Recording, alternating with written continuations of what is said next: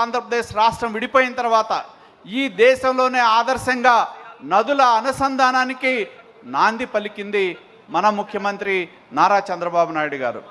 Pattiseema lift irrigation ద్వారా మా ప్రాంతంలో కృష్ణా డెల్టాకు సంబంధించిన 12 లక్షల ఎకరాల ఆయకట్టు స్థిరీకరణతో పాటు దారిలో ఉన్న వెస్ట్ గోదావరి కృష్ణా జిల్లాలో ఉన్న అప్లాంట్స్కి నీరు అందించే విధంగా పట్టిసీమ ప్రాజెక్టుని రూపకల్పన చేస్తే ఇవాళ రైతాంగం ఎటువంటి ఇబ్బంది లేకుండా బ్రహ్మాండమైన అధిక దిగుబడిని సాధించే విధంగా గోదావరి నదిని కృష్ణా నదికి అనుసంధానం చేసిన చరిత్ర మన నాయకుడు నారా చంద్రబాబు నాయుడు గారిదని చెప్పి గుర్తుంచుకోవాలి.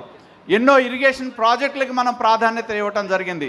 ముఖ్యంగా రాయలసీమ ప్రాంతంలో ఉన్న అనంతపూర్ లాంటి ప్రాంతాలకు వెళ్తే ఇవాళ ఆ ప్రాంతంలో హార్టికల్చర్లో అత్యధికంగా దిగుబడి సాధిస్తూ ఉన్నారు అంటే దానికి ప్రధానమైన కారణం మన నాయకుడు నారా చంద్రబాబు నాయుడు గారు.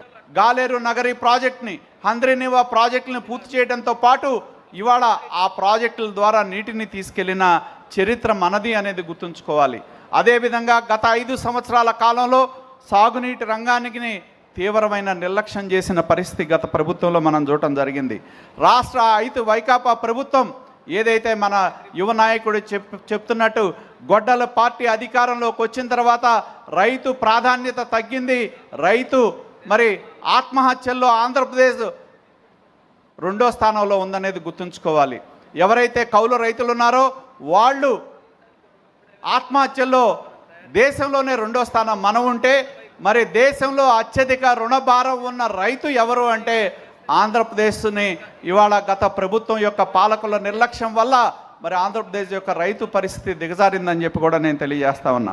అదేవిధంగా రైతు పంట నష్టపోయాడు. రైతుకి నష్టం జరిగితే ఆదుకునే పరిస్థితి లేదు. సాగునీటి ప్రాజెక్టులు నిలిచిపోయినాయి.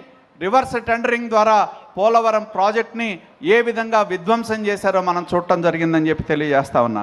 రాయలసీమ ప్రాంతంలో నీళ్లు లేక పంటలు ఎండిపోయిన పరిస్థితి గత ప్రభుత్వాల కాలంలో మనం చూసాం.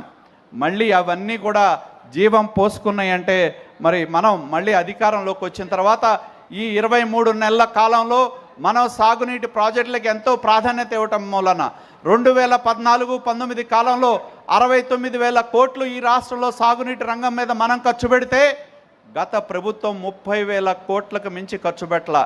మళ్ళీ మనం అధికారంలోకి వచ్చిన తర్వాత ఈ 23 నెలల కాలంలో 23,000 కోట్ల రూపాయలు సాగునీటి ప్రాజెక్టులో ఖర్చు పెట్టి ఇవాళ పోలవరం ప్రాజెక్టులో మొన్నే మనం చూసాం R&R కింద 2,500 కోట్ల రూపాయల R&R ప్రాజెక్ట్ కింద ఇచ్చిన చరిత్ర తెలుగుదేశం ప్రభుత్వాన్ని మన నాయకుడు నారా చంద్రబాబు నాయుడు గారు దాన్ని గుర్తుంచుకోవాలని చెప్పి తెలియజేస్తా ఉన్నా.